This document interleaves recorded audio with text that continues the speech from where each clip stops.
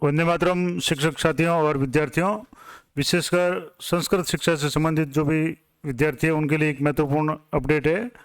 परंपरागत संस्कृत छात्रवृत्ति आवेदन के संबंध में एक महत्वपूर्ण जानकारी मैं आपको साझा कर रहा हूँ।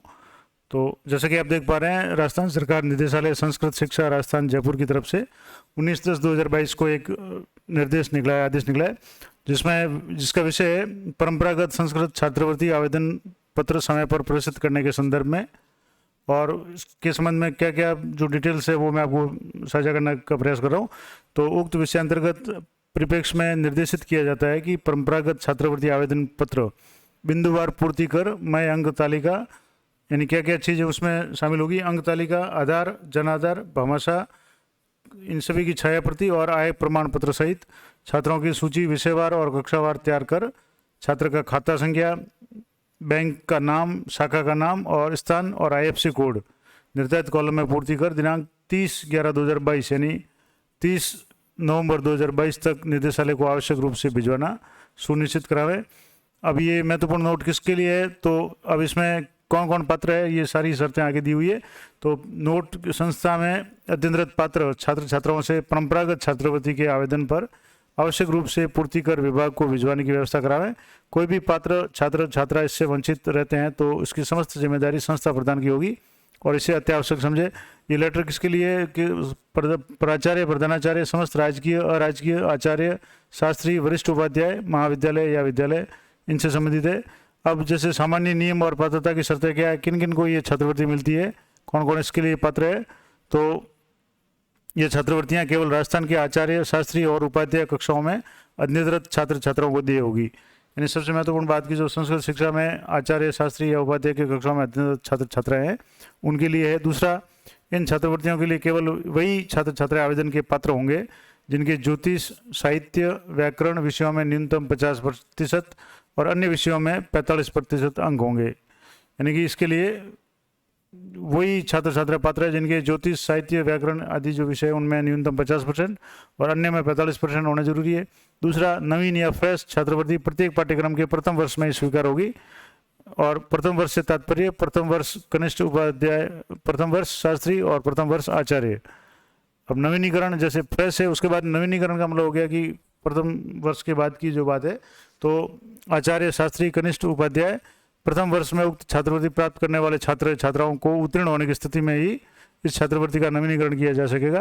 यानी नवीनीकरण के लिए आपको जो भी पिछली कक्षा है उसमें उत्तीर्ण होना अनिवार्य है और पूर्व उत्तीर्ण कक्षाओं में संस्कृत विषयों जैसे ज्योतिष, साहित्य और व्याकरण में भी 50% और अन्य विषयों में 45% अंक प्राप्त करना आवश्यक है। जिस प्रकार से नवीन जो फ्रेश छात्रवृत्ति के लिए अंक निर्धारित है, उसी तरह से नवीनीकरण के लिए भी क्रमशः 50 और 45, ज्योतिष, साहित्य और व्याकरण में 50% और अन्य में 45% जरूरी है। नेक्स्ट पॉइंट है अनुसंधान, शोध या शोध छात्रवृत्ति। अनुसंधान छात्रवृत्तियों की संख्या केवल 2 है, यानी ये लिमिटेड है और इसमें इन्हीं छात्रों को दी होगी जो जगत गुरु रामानंदाचार्य राजस्थान संस्कृत विश्वविद्यालय जयपुर से विद्या वारिधि PhD तथा विद्या वाचस्पति DLIT के लिए जो पंजीकृत होंगे उन्हें ही अनुसंधान छात्रवृत्ति दी जाएगी। और इस छात्रवृत्ति की दर 200 रुपये प्रति माह होगी और मेरिट अधिस्नातक परीक्षा के प्राप्तांक के आधार पर निर्धारित होगी।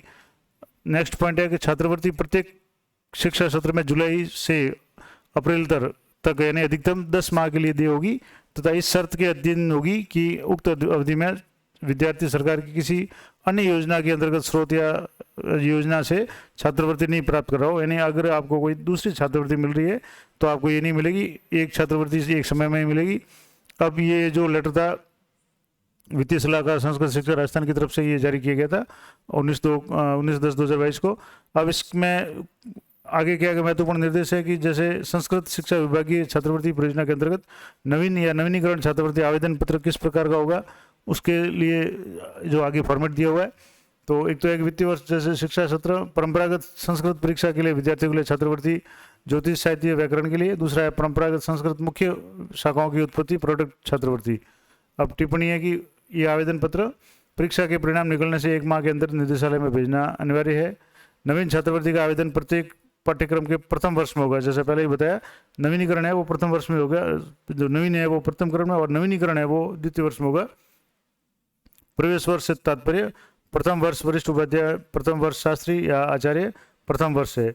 अब फॉर्म का फॉर्मेट क्या होगा, तो आवेदक का नाम हिंदी और अंग्रेजी में कैपिटल लेटर में, आवेदक का नाम, पिता का नाम हिंदी में, फिर उसके बाद में कैपिटल लेटर अंग्रेजी में, आवेदक की जो भी श्रेणी है, SC ST OBC MBC जो भी है, आवेदक की जन्म तिथि, लिंग और विवाहित अविवाहित, प्रवेश क्रमांक जो SR नंबर है वो, और प्रवेश तिथि, संस्था का नाम और पता जिसमें विद्यार्थी अध्ययनरत है, तो जिस संस्था में आप अध्ययनरत उसका नाम यहाँ फीड करना है।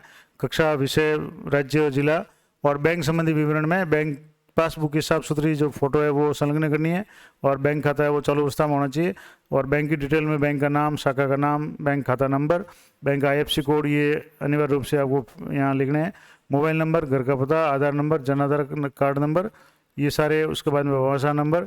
अब जैसे भामाशाह और जन आधार कार्ड अब एक ही है, तो पहले भामाशाह था, अब जन आधार कार्ड ही है। पैन नंबर अगर है तो ठीक है, नहीं तो ऐच्छिक है, अनिवार्य नहीं है।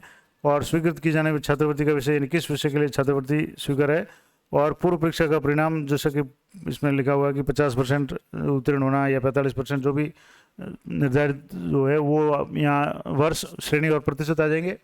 और अंक तालिका की फोटो प्रति राजपत्रित अधिकारी से प्रमाणित करवाकर संलग्न करें, यानी जो भी पूर्व उत्तीर्ण परीक्षा है उसकी जो मार्क्स लिस्ट है उसको भी अटेस्ट करवा के आपको यहाँ संलग्न करना है। अभिभावक की वार्षिक आय का जो यहाँ कितनी है, और वार्षिक आय का जो प्रमाण पत्र है राजपत्रित अधिकारी अथवा नियंत्रण अधिकारी द्वारा प्रदत्त प्रमाण पत्र संलग्न किया जाए।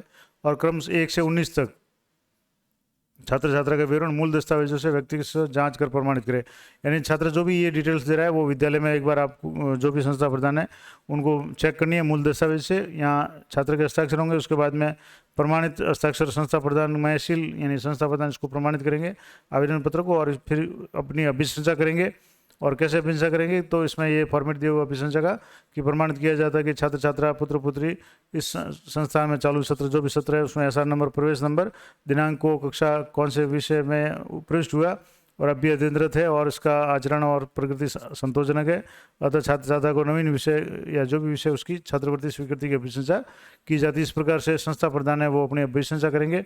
और नवीनीकरण हेतु प्रमाणित करने के लिए भी संस्था प्रधान है यहाँ लिखेंगे कि किस वर्ष में, द्वितीय वर्ष में है तो वो आपको, या फिर और फिर इसमें वित्तीय वर्ष, छात्रवृत्ति जो पिछले साल या फर्स्ट ईयर में जो भी प्रथम वर्ष में जो मिली थी उसके आवेदन क्रमांक, दिनांक और कक्षा विषय, ये सब लिख करके यहाँ इसको वेरीफाई करेंगे, यानी हस्ताक्षर और सील करेंगे।